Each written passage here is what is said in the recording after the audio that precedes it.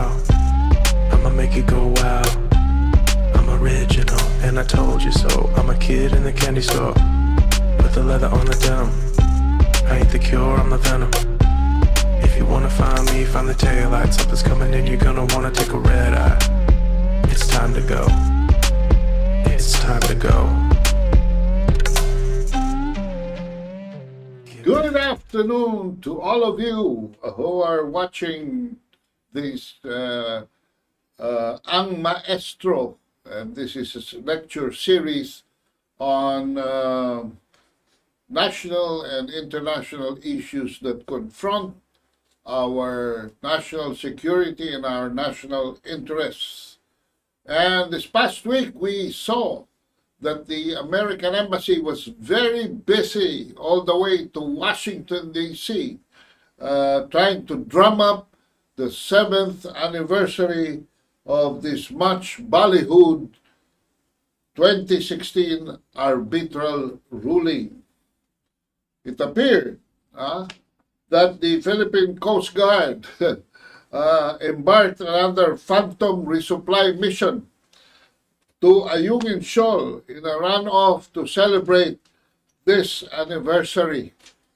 As usual, it does this fishing expedition for yet another encounter with the Chinese Coast Guard without prior coordination with the Department of Foreign Affairs and the China Embassy. On June 30, the PCG vessels BRP Malabrigo and BRP Malapascua were seen in satellite escorting a small boat on a resupply mission to the Philippine Navy ship junk BRP Sierra Madre that has been parked at the portion of the Ayungin Shoal when they reportedly encountered an armada of Chinese Coast Guard militia, which are actually just fishing boats. According to a former United Nations, and we now go to our thing here, according to a former United States Air Force official, a retired colonel, served in the U.S. military for 35 years, a former attache to Vietnam and Australia, and a fellow at the Gordon Knapp Center for National Security Innovation at Stanford University.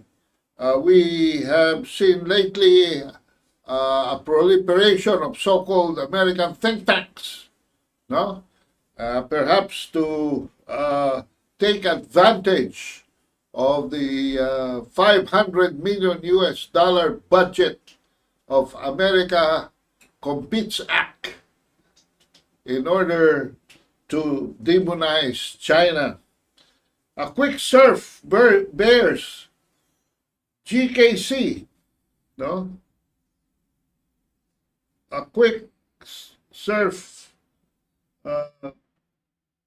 GKC as a hacker for defense to meet the challenges posed by a new era of great power, competition, and transnational security.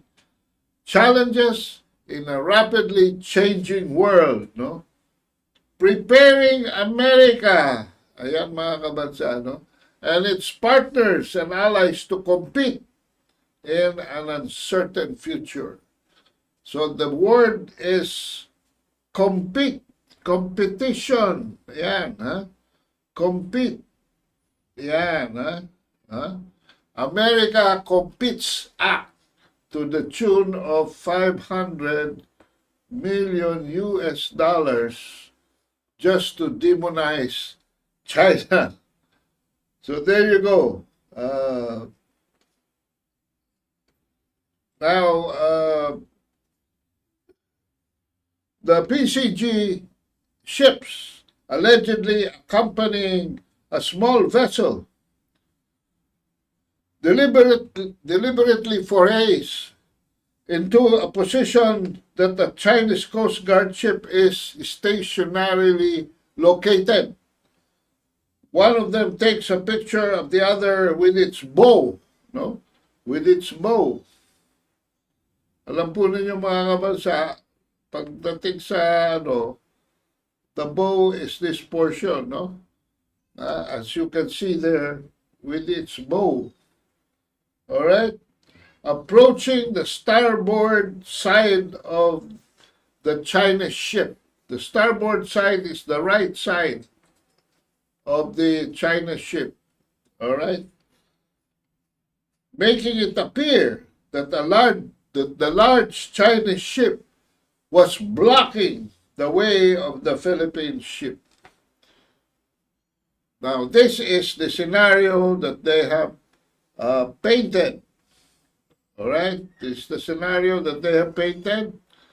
But, however, 2 points belie the blockade. First, in a series of tweets, the same person, Raymond Powell, ito yung kanilang pitcher, kumbaga, the guy who pitches the ball, all right? And said the 2 Chinese Coast Guard vessels and 7 militia ships were in a position to interdict.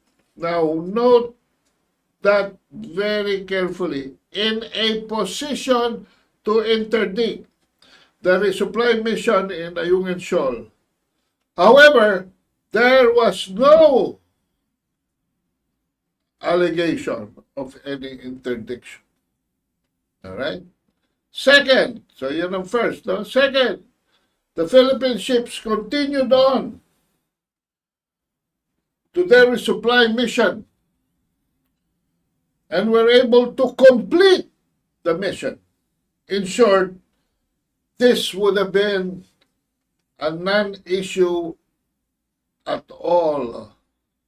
And precisely when asked to comment on the incident, PCG official spokesman Rear Admiral Armand Balilo said, "I have no information about it."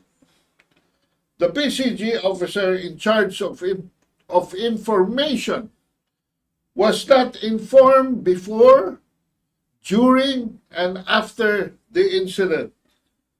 So yan po, mga kabansang mahiwaga, no? That is what is mysterious about this scenario. A press conference was, however, called by PCG Commandant Admiral Artemio Abu with his ad hoc advisor for marine security. Why ad hoc?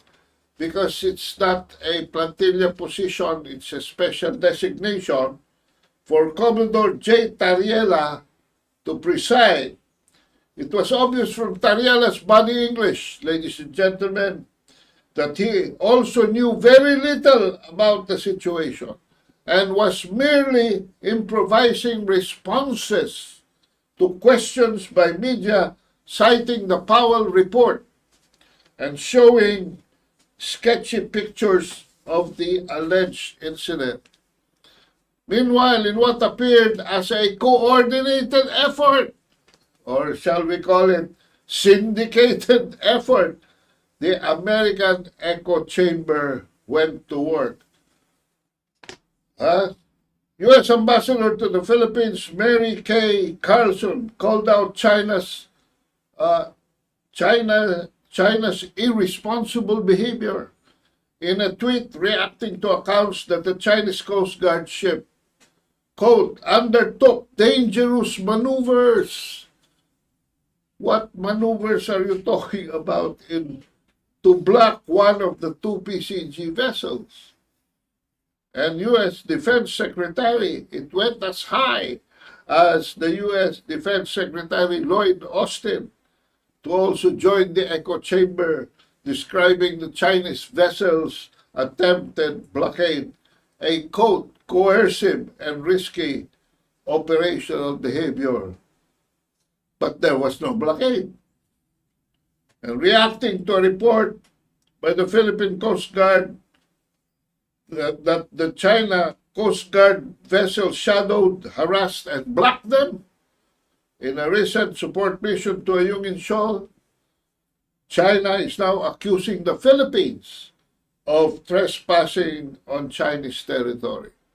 You see, Ayungin Shoal is what you call Rinai Reef to China.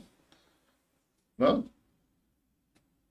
It said the Philippine Coast Guard vessels intruded into the waters of Rinai Reef without Chinese permission. So there you go. China and the Philippines have a conflicting claim on this feature in the South China Sea. Rinai Reef is the name given by the Chinese to the shoals, and we call it Ayungin. But in English, it is called the Second Thomas Shoal. All right. Now, 3 Philippine senators also joined the hullabaloo, even suggesting that the Philippines elevate the case to the United Nations Assembly. But I would just like to highlight Senator Risa Hontiveros' reckless comments. Risa Hontiveros said, by ignoring consensus, coalescing around the Philippine victory in the West Philippine Sea arbitral ruling, the Chinese government, according to Risa Hontiveros, further isolates itself from the international community. Now, what international community is she talking about? Right? 147 countries ignored the PCA decision. 33 countries acknowledge the ruling but do not call for compliance. In 2016, only 7 wants China to comply with the award, mostly U.S. allies. But U.S. until now refuses to join or ratify its signature to UNCLOS. 7 opposed the award, including Taiwan. But for the satisfaction of these people, we will just put a footnote here that this 7 has now grown into 16. There you go. And we would like to give it to them. No, we'd like to give it to them and explain this better in a while. All right. So the next thing Risa Hontiveros says is the international community of now 16 nations versus 147 countries ignoring the PCA ruling. So let us be careful about our language, because there are people who are just out to take us for a ride. She said, the world has spoken. The territorial claims embodied in the so-called 9-dash line have no basis in history. There you go. No basis in history.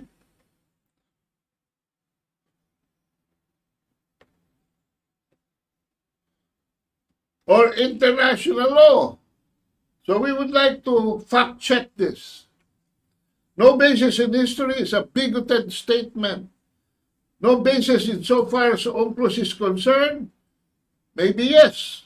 But UNCLOS is only a treaty law. A treaty law is a specific law that binds only its signatories. No? It cannot even bind the U.S. because the U.S. does not want to ratify its signature. So this specific law, UNCLOS, cannot supersede a general law, which in this case is the customary international law that binds every nation, every nation, whether they are an UNCLOS member or not. So let us be careful about our distinctions when it comes to these issues on the South China Sea, because there are some parties that are deliberately twisting things. Despite the name South China Sea, it's not Chinese. And the Chinese government has no special authority therein other than provided for in UNCLOS. And yet, what is real politics on the ground?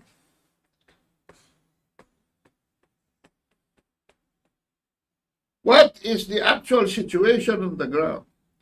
China is the only authority in the South China Seas because it can enforce that power by war or diplomacy. They can shoot or talk. Not even the U.S. can win over China.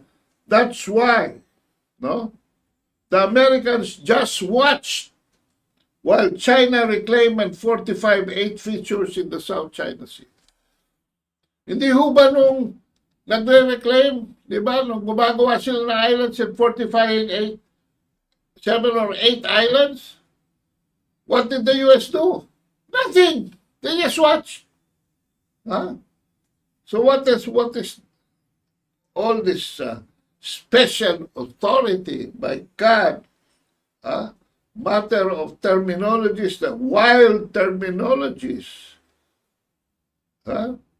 If China keeps, Ontiveros continues, if China keeps ignoring the arbitral ruling, the Marcos administration should seriously consider reviewing our national policy towards China. Again, let's check. China respects the Philippines, but not when it flagrantly ignores bilaterally agreed mechanisms and diplomatic protocols. No? We have already agreed during the time of Duterte that whenever our Coast Guard want to foray or some parties want to go to areas, where the existence of other claimants are, it is to inform the embassy of their intentions so that collaboration and cooperation in the effort and avoidance of accidents at sea, and helping each other should anything untoward happens, can immediately effect. Marcos Jr. had better make up his mind now, because if he crosses China's red line, it can send him to an early retirement. Why? Because he will be endangering sanctions on its imports from the Philippines, just as it did during the time of Benigno Simeon Aquino, the president before Duterte. In sum, Senator Hontiveros wants to elevate, as I said earlier, the Philippine issues in the South China Sea to the UN General Assembly. Is she nuts or something? Doesn't she know that China is a permanent member of the UN and possesses veto power? So to what? To what end? Mga kabansa, to what end, ladies and gentlemen, are we to exacerbate this conflict, this debate? Is the Philippines really benefiting here? Look at this. Look at this screaming headline. Screaming headline, but what does the body text say? EU says arbitral ruling on SAS legally binding. Wow! Is that an endorsement that the arbitral ruling was indeed a victory for the Philippines?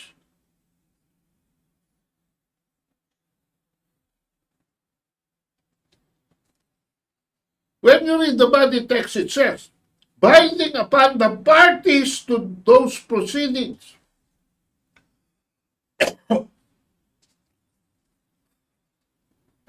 So true, legally binding. But to the parties to those proceedings.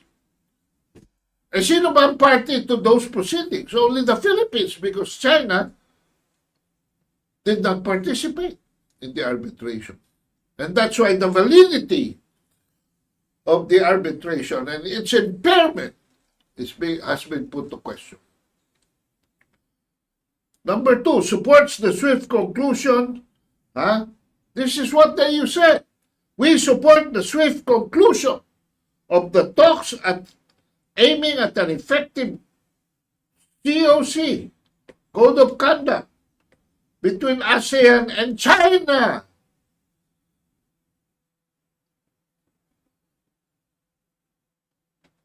That is fully compatible with UNCLOS and also respects the rights of third parties. Now, who are these third parties that they are inserting?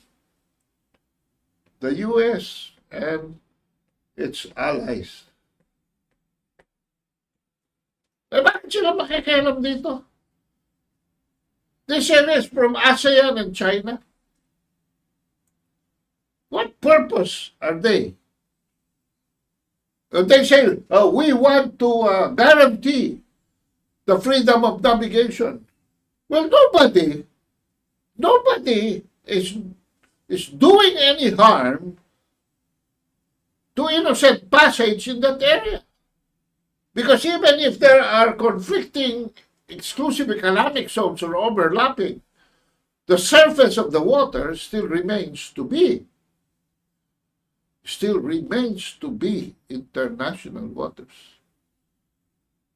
Nobody can say, no country can say that he owns the exclusive economic zone, because the exclusive economic zone only pertains to everything under the water, but never the surface of the sea that is open to all nations of the world and the airspace above it. Except when used by military elements doing suspicious activities. They will be challenged, as they have been challenged in the past. All right? So, what the EU is saying is, we support ASEAN and China. That's why it's important, ladies and gentlemen, to do a contextual analysis, of the whole situation. And at this point, I'd like to bring your attention to Senior Ambassador Rosario Manalo, who explains in clear details why the 2016 PCA arbitral ruling is a fakery. Let's play the video. Ito ulit, I hope I am not branded as a traitor to the country. But if you study very carefully international law, an arbitration was not set up correctly when we claim our right to the Kalayaan Group of Islands. I was breaking my brains trying to find out from international law books authorities what is an arbitration tribunal. And everywhere, an arbitration tribunal calls for three parties. The two who are claiming whatever they're claiming, and between the two, the selection of an umpire. And when arbitration is carried out, it is always voluntary. Under the UN Charter, it is always voluntary.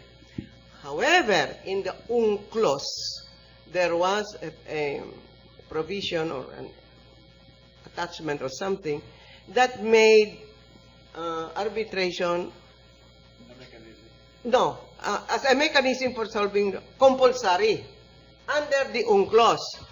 But the Philippines, when we ratified and approved the UNCLOS, we opted out of that provision, which means hindi natin gagamitin yung compulsory arbitration. We just didn't want it. All right. Without even us talking with the Chinese or wherever, equally the same, the Chinese opted out of that provision. So, both the Philippines and China cannot invoke compulsory arbitration under the UNCLOS because we both opted out. So what is the remedy? Dalhin natin sa UN. Under the UN Charter, which is voluntary arbitration. Philippines wanted it. Ayaw ng China. Voluntary. They say, you cannot tell China, "Hoy, you have to do it." Because, no, it's voluntary. So what did we do? We went and proceeded to set up an arbitration panel. That is not even an arbitration panel. That's just a Philippine panel handpicking the people who will render the very issue that we want at binabayaran yun ang panahon nila. Ikaw ba naman kung babayaran ka at andun ka, hindi ba bibigay mo yung favorable position? That is why China is questionable. Now, I'm not trying, please understand, I'm not trying to be traitor to my country. I love my country. Pero hindi tama. Sino may sulsul nyo? Kayo nang draw the conclusion, ano? However, the very fact that that decision was given, it has brought to the attention of the world that we have a basis to do some claiming on the South China Sea of the KGI. Pero it does not bind anybody. It's just a position taken by the Philippines, and with the arguments we're giving, ito importante at bakit importante sa atin sa Pilipinas. But that's, to me, an opinion of a plus for us. But it does not bind China nor anybody else in the world. Ngayon, kung magkakaroon tayo ng new process of settling the issue, we will. Kaya, in this point, tama si Presidente Duterte. Tabi muna yan, at at the proper time, ilalabas natin. What about the mechanism for bilateral negotiation? Yun na nga, bilateral yun. Ito na yun. Ito na yun, China and the Philippines. Walang makikialam. Wala nang makikialam. Unless we invite others na makialam. It was an idea of the previous administration to have a multilateral approach to the problem because of other claimants. Maraming gustong makialam eh. At papakialamin Yun naman lang. natin. Yung maraming makikialaman, meron nga. Ito pinakamalaki yung makikialaman. Okay. Well, with that, we bring to a close another special edition of our Tapatan sa Okay. There you go. There you go. Direct from the international expert and practitioner, one of the most senior diplomats of the Philippines. And you will wonder why Enrique Manalo behaves the way he behaves when he is the stepson of Rosario Manalo. How can Rosario Manalo be straight? But Enrique Manalo seems to be playing some kind of a game with our minds. So there you go. It cannot be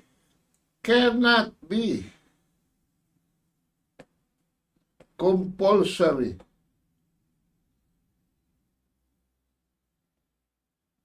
Because China and the Philippines, acting separately, opted out of the compulsory mode of settlement. All right?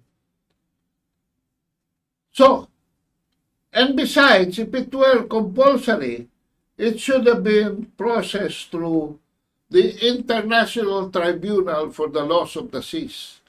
ITLOS.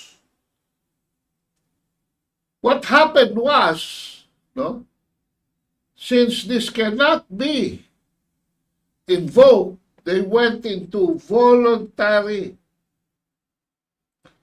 And that's why China is correcting the United States when the United States seem to be imposing that China comply with the arbitral ruling.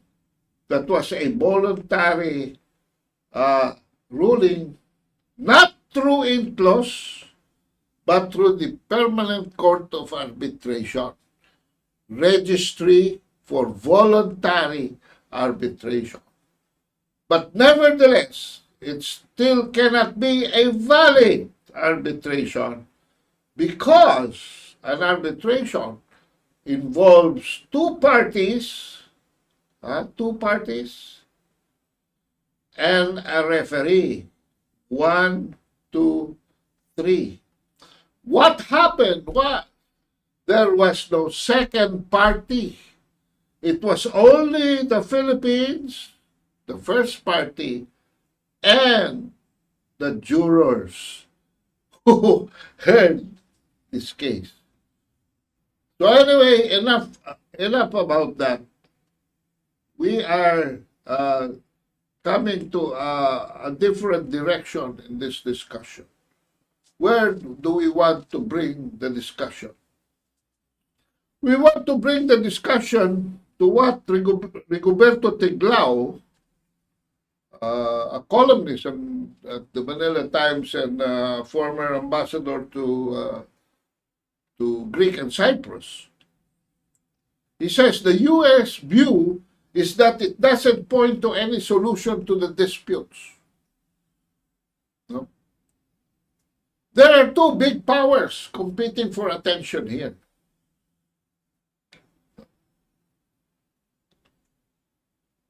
Except through an armed conflict between the U.S. and China. Diyan naman tayo. We will be going in cycles. Around and around, beating the bush, waiting for the next incident at the South China Sea, achieving nothing, gaining just hot air, political brickbats, attacks on each other, and the U.S. is very happy. I think this is what, he said, what some American strategists really want in order to prevent China's rise as the superpower in the region. And if I may add, the Philippines rise with the help of China. The U.S. is doing everything, and next week that will be my topic. The U.S. is doing everything to prevent the Philippines from growing on its own and standing on its own 2 feet. In fact, Secretary Austin even reinforced.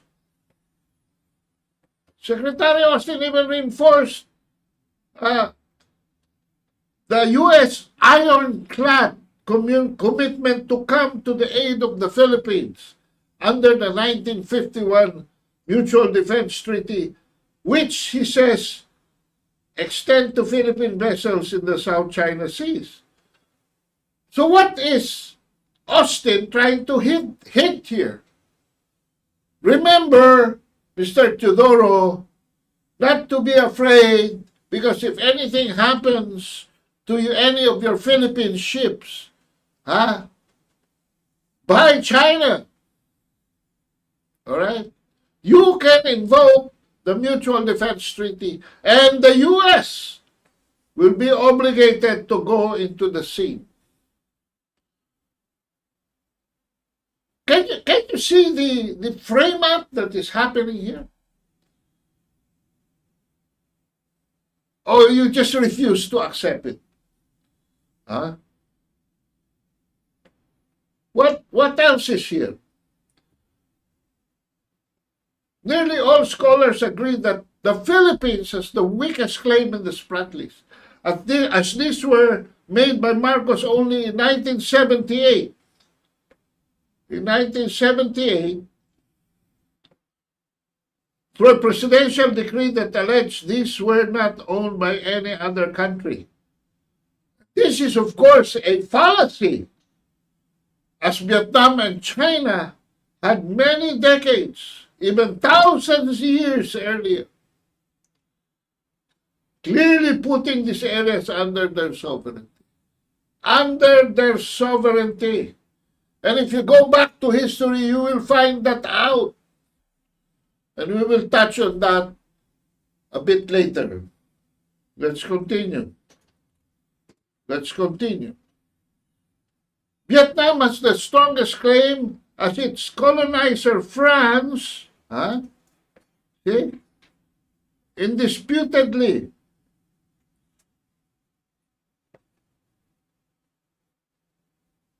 put the Spratly Islands under its sovereignty, then transferred this to the Vietnamese when it gave up its role on that country. But wait a minute, while this may be true, events overtook this development when in 1937, Japan invaded the Spratlys. The turnover was not yet done. When Japan invaded the Spratlys, actually it dislodged the French from that position. And so with the Paracel Islands, not only the Spratlys. And after World War I, Japan, who was then in possession of the territory, turned over the archipelago to China, consummated in the Treaty of Taipei, to become part of Guangdong province, of China's Guangdong province. So let's not be too quick about things here. All right? So what's happening here is there's a lot of debate. There's a lot of brickbats. And the U.S. is very good at this. Divisive legalisms feeding pseudo-nationalism. In fact, what did Benigno Aquino III says? What is ours is ours. And what does Bongbong Marcos say? We will not lose a single inch in the West Philippine Seas. In fact, boosting, ladies and gentlemen, boosting nothing but lawfare on the part of the Americans. What is lawfare? The use of law and information.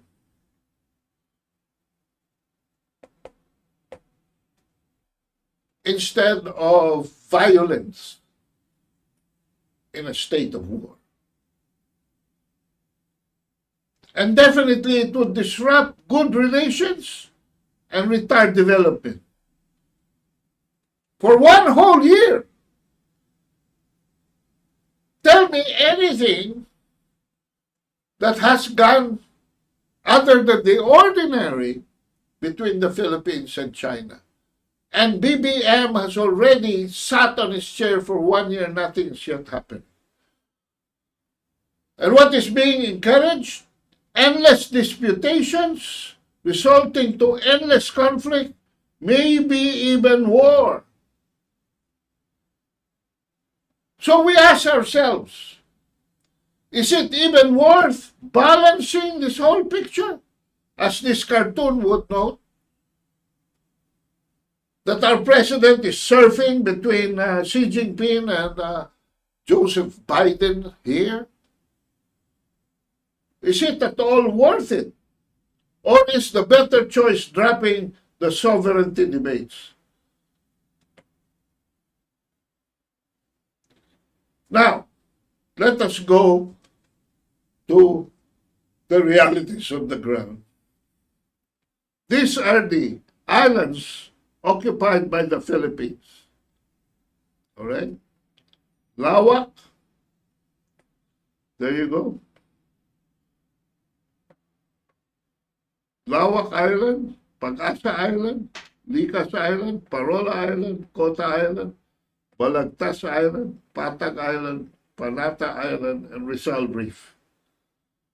All right? 1, 2, 3, 4, 5, 6, 7, 8, 9. All right?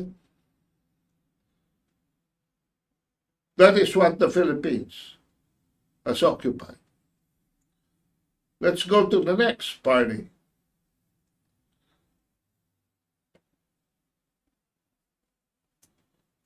Oh no, there you go. The China. What has China occupied? Calderon Reef. This is in the names given by the Philippines.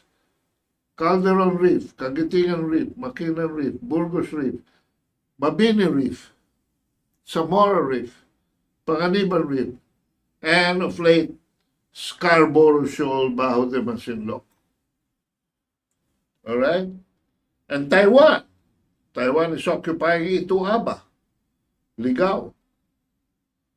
All right? China, 1, 2, 3, 4, 5, 6, 7, 8. Right? All right. Let's go to,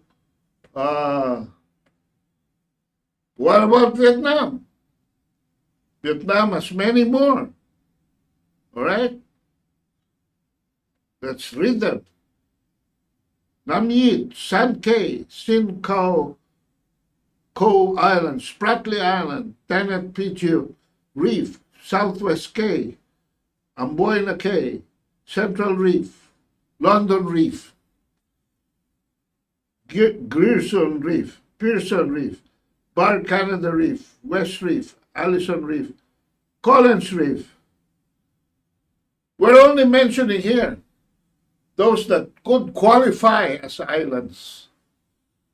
We're not even mentioning the other features because Vietnam, ladies and gentlemen, has occupied anywhere between 30 to 45 features.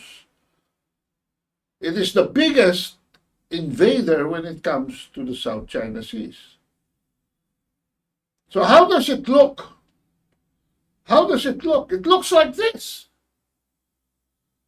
It looks like this. With the, see? 3 prominent flags. You can see 3 prominent flags. The Philippine flag, with the red, white, and blue, and the sun. The one with the star. All right, one star is the China, is Vietnam. All right, and the red, basically, with the little star on the left, is China. And there is also one here, one interesting claimant here. There.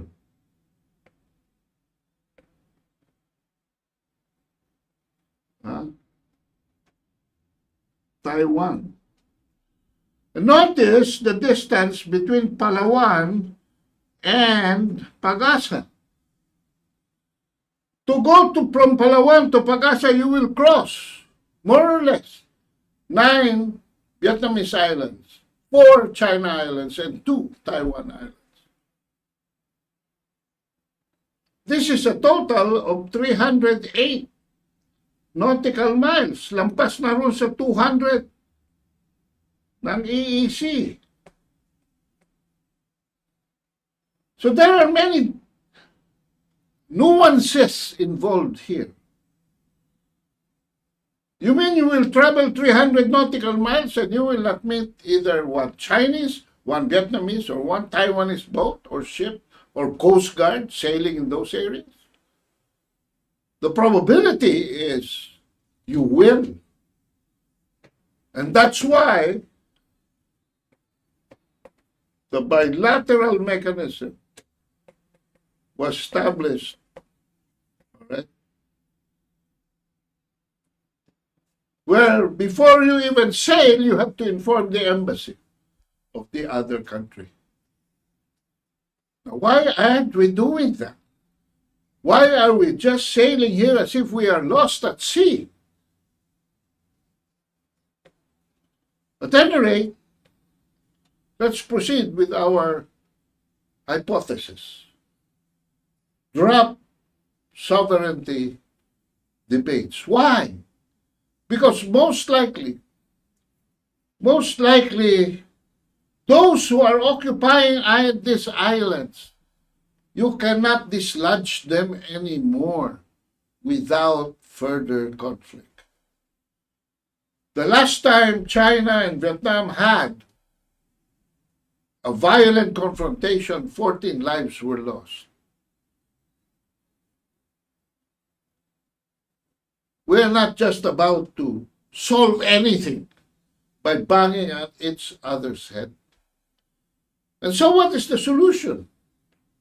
The solution is precisely what the EU was saying. What the EU was saying. All right? A code of conduct between ASEAN and China. That is what will resolve this matter. So when they support the arbitral ruling, they are actually supporting a code of conduct that will make this place safe, peaceful, and navigable for any country to be traversing. Because no two parties would be operating outside of a code of conduct. And that is what the EU was saying, but people are twisting it the other way. All right? Deng Xiaoping, during the time of President Gloria Macapagal Arroyo, you know, Deng Xiaoping is China's most revered leader after Mao Zedong, and Deng Xiaoping is the architect of modern China. You know the advice she gave President Gloria Macapagal Arroyo precisely because of conflicts? Set aside disputes. This was the set aside disputes, which Rigoberto Tiglao is paraphrasing into drop sovereignty debates. Set aside disputes. Pursue joint development for the good of Vietnam and the Philippines, for the good of Vietnam and China, for the good of Taiwan and China, for the good of the Philippines and Taiwan. For the good of those who are claimants. And not just for them, but for all the other countries operating in the area, which is the bigger ASEAN, the Association of Southeast Asian Nations. In the contested areas, and when it comes to legalisms, set aside these legalisms, because the next generation will have more wisdom to solve these problems. Because in this day and time, in this age, in the year 2023, we see China as an ascending power and the U.S. as a descending power. And this factor alone affects many of the idiosyncrasies that could happen in this region. And come to think of it, this is our only workable option. Because the other way would be quarreling with China, creating an enemy, an adversary with China. But China is the rising power and has offered us to be part of the Belt and Road Initiative. But if they become an adversary, they can disconnect us from that venue, from that opportunity of development. That is what Deng Xiaoping is saying. So choose one. Forever war and conflict with the United States, on the side of the United States. See for yourself. The United States does not offer $100 million for free. It asks for 4 more sites for EDCA, and the 4 more sites for EDCA now puts us within the target range of any preemptive attack in case the U.S. puts anything that would endanger China in any of these EDCA bases. So you want that? You want that? Then debate to death about who is the tough guy in the South China Sea. Who is bullying whom? Make every opportunity and occasion to create conflict in the first place. Huh? Are we going to grow because of that? Are we growing now in the 1 year of Bongbong Marcos against the 6 years of Duterte in amity with China? What Duterte did was set aside this conflict instigated by the United States and its allies and choose forever peace and development with China. This is the map of the Belt and Road Initiative. And you will see countries. You will see countries there.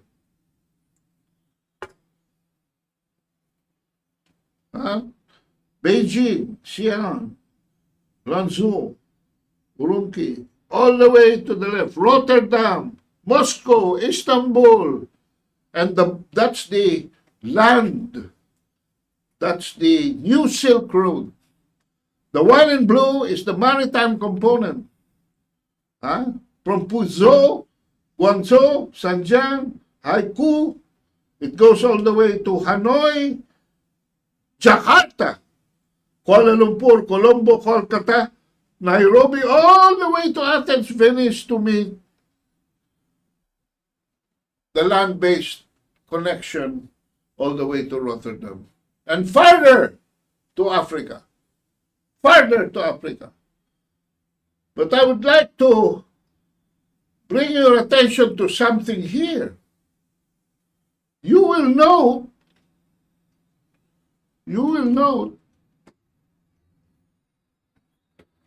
that the Philippines, there is no connection yet of the Belt and Road Initiative to the Philippines. Why? Because we are cantankerous. No? China is every now and then, China is dislocated in trying to relate to us. But what is the reality on the ground? The reality on the ground, ladies and gentlemen, is that for the third time in the history of the Philippines, the recent history of the Philippines, our misery index is on the third highest. This was during the time of ERAP. This was during the time of GMA and now BBM. And note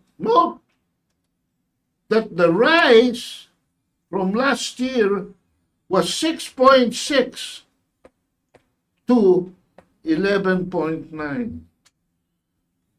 It's almost 2 times a jump in just 1 year.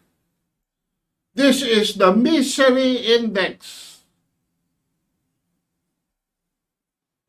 This is how the people, the population of the Philippines regard himself, his living condition.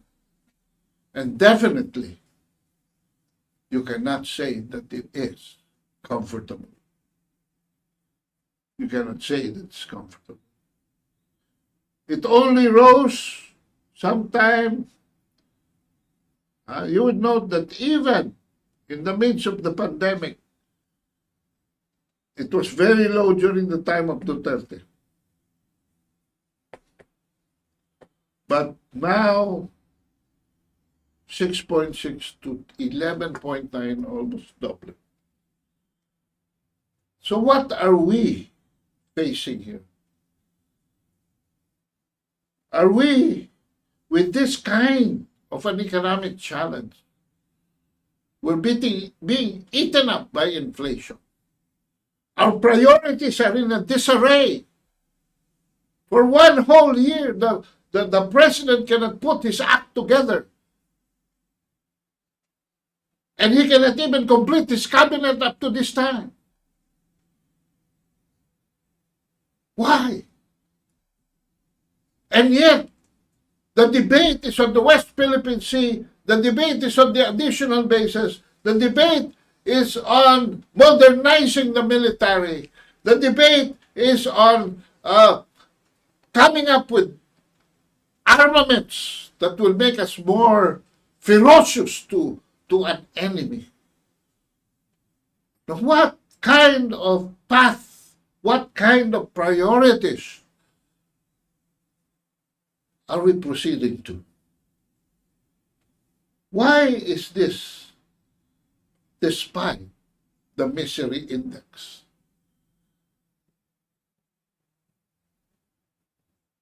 Because here the choice is very clear here.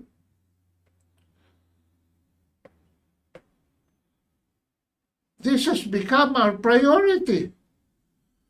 You see that the scale is tilted heavier on additional ENCA sites, on military affairs. Huh? What about the economic, the trade in the RCEP, or negotiations on the joint exploration with China, and sourcing of cheap oil from Russia and other states? Why are we so hung up on additional sites that will bring us closer to war, to conflict, and farther away distract us from a road to development and full post-pandemic recovery? Why are we doing this? Our agriculture is in a decrepit state of, I don't have the adjective anymore to describe it. But it's in a terrible, terrible state of disrepair. So the choice is really ours to make. And we have to be realistic and etch in our minds the ancient Greek historian Thucydides' timeless insight when he said, "The strong do what they can, and the weak suffer what they must." Are we going along the way of what would strengthen this nation to fulfill its commitments to national interest and lift its population away from the level of poverty and discontent, disrepair? Or are we going towards the way of the strong in building a nation? That is the question, because if we cannot answer that properly, then, just as the title to this episode runs, the weak suffer what they must. And if I may talk in the vernacular, kung padadala po tayo sa mga politiko natin, kung padadala tayo sa mga vested interests, kung padadala tayo sa mga naghaharing uri, kung papadala tayo sa mga oligarko na gustong kamkamin ang yaman ng ating bayan, then we shall remain the weak that suffer what we must face. We must inspire the unfinished revolution that I've been talking about, in order to rise from what divides us to what unites us, to get away from what puts us down to what brings us up, to stand on our own 2 feet and claim a rightful place among industrialized nations and bring this country the way Ferdinand Edralin Marcos Sr. said, to be great again. That is the challenge of the day. But if we don't put our act together and pressure the president to do the mandate for which he was elected, which is to run this country along the priorities of peace, along the priorities of peace and development, and join the ascending power China as we trade with the world through China, and the world trade with us through China. And enough of this war and divisiveness and colonial mentality that has suffocated our development so much that up to now we still cannot stand on our own 2 feet. So, do we have some remarks? Let me put my glasses. Huh? No flair to lobby. More power, Maestro. Watch you rin. Oh, Ria, God bless po. Salbahe utak ng mga Democrats. Laki, sa layaw, madaming na denggoy. Tama si Sir Bubi Tiglao. Ang China, libong taon na nakikalakal sa ating ninuno, di man tayo sinakop. Utak kolonyal pa rin ang kanluranin. 1.83 million na OFW as of 2021. May mga malfunction dyan sa pamilya. Sana dumating ang araw, choice na lang ang pagiging OWF. Ano ibig sabihin ng OWF? Friend Tan, run aground. Miss Babes, idol ko po kayo, sir. Masyado rin po kayong nasasaktan ngayon sa paghuhudas ni BBM sa ating mga sumusuporta sa kanya. Madel Chill, to continue, let's just be on our own and insist on our neutrality and assert our freedoms and rights. Bill Antropay, good afternoon, Maestro. Cesar Soberano, the enemy of the U.S. is not our enemy. Noto EDCA, MDT, and BFA. Belinda Karina Boko, hello, Maestro. Osman Mohammed Zin, good afternoon, everyone. Lisa BF, hello from Australia. Little 99, hello, Sir Ano, Food Tech Buddies. So true po, ouch, Pinoys are easily fooled. They love the propaganda of the Americanos. Now it's the Marcos Jr. Make lots of money by allowing the Americano to do all in the PH, all at our expense. There are many more comments, but we have no more time. I would just like to remind those who wants to order the book, The Power of Poverty, where you can see the development plans in jiffy of the Marcos Sr. and how it's being abandoned by Marcos Jr. Okay, you can just dial 0917-336-4366, 0917-336-4366 to order the book, The Poverty of Power. Ayan po ang naglahat ng the demise of EDSA and the rise of the new Phoenix, which is another way of saying that we have to finish an unfinished revolution. Ito po yung lingkod, Ado Paglinawan, nagpapaalam ng muli at magkita-kita ulit tayo sa Sabado dito po sa Katipunan Channel ang Maestro. At dito po nagwawakas ang episode 105, What the Weak Must Suffer. Maraming salamat sa inyong lahat. Get ready.